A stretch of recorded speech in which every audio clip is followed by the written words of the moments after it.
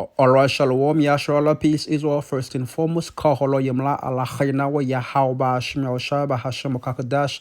Double honor to our elders, apostle, great Nelson Jeremiah Soul, and peace and blessings to the hopefully Lekakia out there laboring in this ministry, pushing this gospel all across the globe in righteousness and sincerity and in truth, and also shalom to the Akia Muakwaf, peace and blessings to the brothers and sisters that may be tuning and listen, studying the vibration of Yahweh Bashmil Shah. Yahweh, that's the Hebrew name of whom the world is to call God, the God of Abraham, Isaac, and Jacob. Yahweh means He is, He to be, He exists, the being that existed before time, also known as the Ancient of Days. In Yahweh Shah Mashiach, that's the Hebrew name of His beloved Son, whom the world is to call Jesus Christ. Yahweh Shah means He who saved, He who delivered, the Savior of the elect of the nation of Israel, Bahasham, Baha, which means in the Sham name, will call Spirit Kadash Holy in the name of the Holy Spirit, which pretty much allow us to be able to understand this wonderful gospel. This is in the Paleo Hebrew, the ancient Hebrew, the language of our forefathers, the language of Abraham, Isaac, and Jacob, the language of the children of Israel, and ultimately the language of the heavens. And once again, toward Yahweh Messiah for allowing us to be able to understand this wonderful gospel. Pretty much, I just want to do a short lesson real quick in Lord willing. It's edifying. The title of this lesson going to be From Rag to Riches, because that's exactly what it is. Because this thing of ours, like Elder Apostle Gobal like to say, this thing of ours is about rulership or kingdom, dominion. You gotta have a rulership mentality to pretty much to pretty much engage in this thing of us, man, because that's what it's all about, man. The prophet of all, the prophets of all, when Yahushua was raising up, uh, Acts 1 and 8, right? The apostles asked him, "Will now at this time restore the kingdom to Israel?" So they understood perfectly that the kingdom to come, the kingdom of heaven, was only mate was only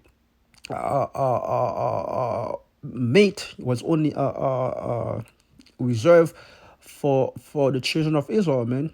The prophet of all, they have a rulership mentality, and that's exactly what you develop once you come to this ministry. You understand that this is about rulership, dominion, power. A kingdom, man. A kingdom is a domicile of a king, right? In order for you to have a kingdom, right, you gotta have a king. You gotta have scepters. You gotta have a slave subject, and that's exactly what the Lord going to give His people. The Lord Yahweh Bahashim Shai is about to elevate us on the next level, man. That's exactly what it is, man. Matter of fact, I have the words elevate or quick elevate. Elevate, right, to raise above the usual position. That's exactly what it is, man, and that's exactly why we have to wait on Yahweh Hashem Shai, because the Lord put us in a condition that we have no other option but to wait on Him. To raise above the unusual position, from Latin elevatus, to lift up. That's exactly what it is, to lift up. The Lord is about to lift up the nation of Israel, man. Starting with the elect, right?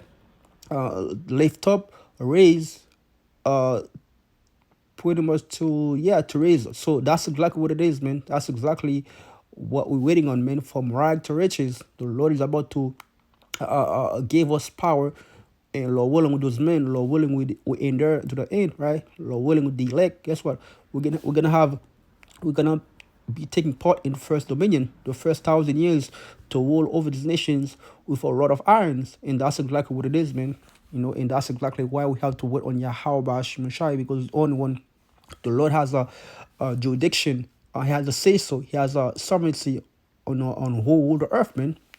That's exactly what it is. Matter of fact, before I for because that's exactly what it is. Matter of fact, let's get very quick. This First Samuel, First Samuel. First Samuel 2, First Samuel 2, and First Samuel. Let's get that real quick. First Samuel chapter 2, verse 8. First Samuel 2, verse 7, and it says, the Lord make it poor and make it rich. And that's like what it is, man. We are poor. Why? Because ultimately the Lord was pretty much allowing Esau time to rule over us, man. Because ultimately prophecy has to be fulfilled. The Lord make it poor and make it rich. He break it low and lift it up. And that's exactly what it is, man. Like I said before, the Lord is the one that allowed these nations to pretty much have us in subjection to rule over us, you know. Verse 8, he raised up the poor out of the dust, right? The dust symbolizes confusion. So we are the poor, man. And the Lord is about to elevate us. The Lord is about to lift us up, raise us up, you know. He raised up the poor out of the dust and lift up the beggar from the dunghill. So that's the goes back to the story for Lazarus and the rich man. Lazarus, in the Hebrew is Eliezer, which mean the Most High's help. So the Lord Yahweh Shemshai is helping us. Is about to pretty much put us on top, man. From rag to riches, right? He raised up the poor out of the dust and lift up the beggar from the dunghill to set them among princes. And that's exactly what it is, man. That's exactly what Yahweh Shemshai reserved for his people, the elect of his people, starting with the elect, right? To set them among princes and to make them inherit the throne of glory. And that's exactly what it is, the kingdom to come, the kingdom of heaven, which is going to be here on earth, to make them inherit the throne of glory. For the pillars of the earth are of the Lord. So the foundation of the earth, man, the pillars go back to, matter of fact, let's look at the word pillar real quick, man. That's exactly what it is, man. A pillar. Let's look at it real quick. Column, molding, support, right? The earth pretty much is of the Lord, man. The Lord, no nation can rule the earth without the say so of Yahweh Shemashai, without his sovereignty. He has the final word. Says for the pillar of the earth are of the Lord, and he had set the world upon them. And that's exactly what it is, man. That's exactly what the Lord is going to do, man. As soon as the house gets here, man, we're going to change. We're going to change. We're gonna have new bodies. We're gonna Scripture says, matter of fact, let's get it real quick. 1 John 3 verse 2, beloved, now are we the sons of the Most High, and that's exactly what we are. Yasharallah, when you break it down, he, sharp, prince, Allah, power. We are the sons of the Most High, man. Beloved, beloved. That goes back to David. The house of David, the elect, right? Beloved, now are we the sons of the Most High, and it doeth not yet appear what we shall be, but we know that when he shall appear, we shall be like him, for we shall see him as he is. So as soon as the house shall get here, man, guess what? We're gonna change overnight, man. The scripture says in the twinkling of an eye, at the last trump. And that's exactly what it is, man. As soon as the house shall get here, man, we don't know what we're gonna be like, but as soon as we see Yahweh Shai, we know we're gonna be like him. That's exactly what it is, and that's exactly how the Lord's going to pretty much raise us up, man. Raise us up. That's exactly what it is, because the Lord has the say so, has the power, has the last word on pretty much on the whole world of earth. Matter of fact, let's get Ecclesiasticus 10 verse 4. It says Ecclesiasticus 10 verse 4 says the power of the earth is in the hand of the Lord, and in due time he will set over it one that is profitable. So the Lord has jurisdiction, power, sovereignty, rulership over the earth, man. Hegemony. He's the one that allow kingdoms to rule the earth, man. The power of the earth is in the hand of the Lord, and in due time he will set over it one that is profitable. And the one that's gonna be profitable is who? Yahweh Shai. By default, the kingdom of Israel, man. That's the kingdom to come, man. That's the kingdom to come, the kingdom of Yahweh Shai. By default, the kingdom of Israel. Go back to Ecclesiasticus 10, verse 8. Because of unrighteous dealings, injuries, and riches got by deceit, the kingdom is translated from one people to another, and that's exactly what it is, man. Because Esau was only giving temporal rulership of the earth, man. And right now, these devils, they are on the way down. The Lord is lifting us up to be the next rulers of the world to come, man. That's exactly what it is, man. You know, but ultimately, we have to suffer a little so that we can enter the kingdom. With Yahweh Shai, we have to suffer with Yahweh Shai so we can be joint heir with him. This let's get that right quick. This is Romans chapter 8, verse 17. And if children, then heirs of the Most High, and joint heir with Yahweh Shai, if so be that we suffer with him, that we may also be glorified together. So ultimately, on this side, right? Yahweh Shai says, if any man will come after me, let him deny himself and pick up his cross and follow me. So pretty much, man, on this side, we have to suffer on this side to inherit the kingdom, because ultimately something gotta give. You can't have it both ways, man. In order for you to make it in the world to come, you have to willing to suffer. You have to willing to take L on this side. That's how it is, man. You can't have it both ways. uh, Romans 8, verse 17. And if children, then heirs of Yahweh, and joint heirs of Yahweh Shai, if so be that we suffer with him, that we may also be glorified together. For I reckon that the suffering of this present time unworthy to be compared with the glory which shall be given in us. So that's exactly what it is, man. The glory that the kingdom that we're gonna receive, man. The little suffering that uh uh the little suffering that we suffer on this side cannot compare, man, with what Yahweh Shai is going to give his elect, man. Lord willing, with those men. And that's exactly what it is, man. These nations, the riches, everything you have, the gold, the silver, is gonna be converted unto us, man. Everything that this nation have gonna be is pretty much they are reserving it for us, man. That's exactly how it's going to be, man. The Lord is about to raise us up, man. Because that's exactly what this thing of ours is all about: rulership, dominion, power, man.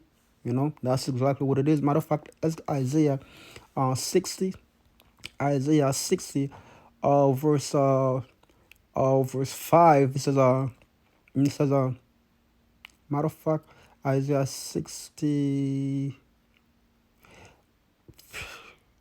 Man, the whole chapter is fire, man.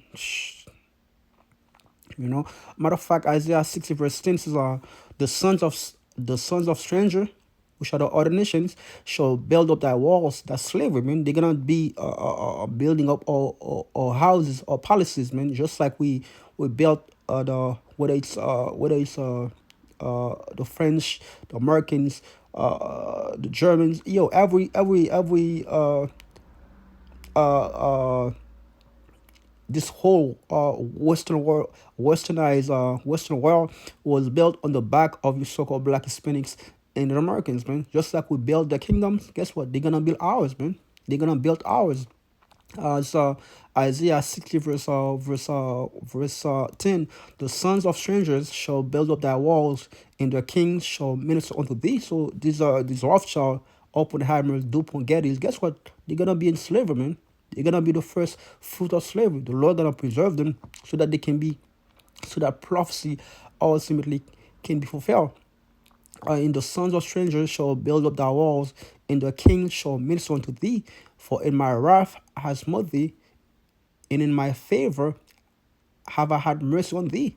Therefore thy gates shall be open continually, they shall not be shut day nor night, that men may bring unto thee the forces of the Gentile, that the kings may be brought. So these nations and everything they have, guess what, is gonna be giving to us, man. Overnight, man. Overnight, we're gonna be pretty much empowered, man. We're gonna have everything that they have, man. That's exactly what it is, right? It says the kings may be brought. So guess what? It's a kingdom. These nations, they're gonna go into slavery, man. For the nations and kingdom that will not serve thee shall perish, yea, those nations shall be utterly wasted. So if these what ultimately, man, they're not gonna have anything to say about it because Yahushua gonna be here, man. The King of Kings, the Lord of Lords, Yahushua, man. So they're gonna have no say so. This nation, they're not gonna have any power in their hands to pretty much to come against us, because the gods of the universe gonna be on our side, says our verse 13, the glory of Lebanon shall come unto thee, the fir tree, the pine tree, and the box together to beautify the place of my sanctuary. So the whole earth gonna be rejoicing, man. The earth is the footstool of Yahweh, so the whole earth gonna be rejoicing as soon as the Israelites comes to power, man. Matter of fact, let's get that real quick. Romans chapter 8, verse 19, right? That's exactly the what the earth is waiting for. The earth is waiting for the chosen people of the Lord to be in power. It's Romans chapter 8. Romans chapter 8, verse 19, I think. Romans 8, verse 19. 8, verse 19. It says, for the earnest expectation of the creature waiting for the manifestation of the sons of God. So the earth and the people are waiting for us, are waiting for the Israelites to be in power, because that's when everything we in perfectly order, man. Everything gonna be working harmoniously. That's exactly how it is, man. The trees, the animals, the people. You're gonna be rejoicing once the Israelites pretty much are in power. For it says the glory of Lebanon shall come unto thee, the fir tree, the pine tree, and the box together to beautify the place of my sanctuary, and I'll make the place of my feet glorious. So that's exactly what it is. We're hasting unto the coming of Yahweh Shemashai, man. We're looking for a kingdom wherein dwelleth righteousness, where the earth gonna be rejoicing. It says, the sons also of them that afflicted thee shall come bending unto thee, and they that despise thee shall bow themselves down at the sole of thy feet, and they shall call thee the city of the Lord, the Zion of the Holy One of Israel. And that's like what it is. The Lord is about to lift us up, elevate us to the next level. And these other nations, guess what? They're going to be in slavery. In order for us to be exalted, these other nations, they gotta be brought low, man. Because ultimately, two kings cannot be sit in the same throne. For us to raise up, guess what? These other nations, especially the Edomites, they gotta go down, because that's exactly what a kingdom is, man.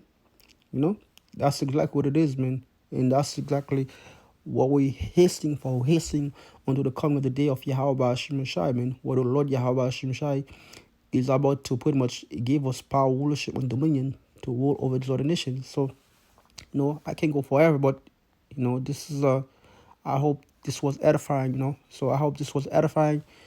From rag to riches, Lord Yahweh Shemashai is able to lift us up over these other nations and give us power and dominion to rule the earth in righteousness. And that's exactly what we desire. So that was a lesson. Now I hope this was edifying. I want to give all praises and honor and glory to Yahweh, Bahasham Yahushai, Bahasham Kakadash. Double honor to our elders, apostle, great Nelson Jeremiah Solwa, and peace and blessings to the hopefully Lekakim out there pushing his gospel all across the globe in righteousness, in sincerity and truth. On Sinakasam, Shalom, Wa, or Bod Bobal.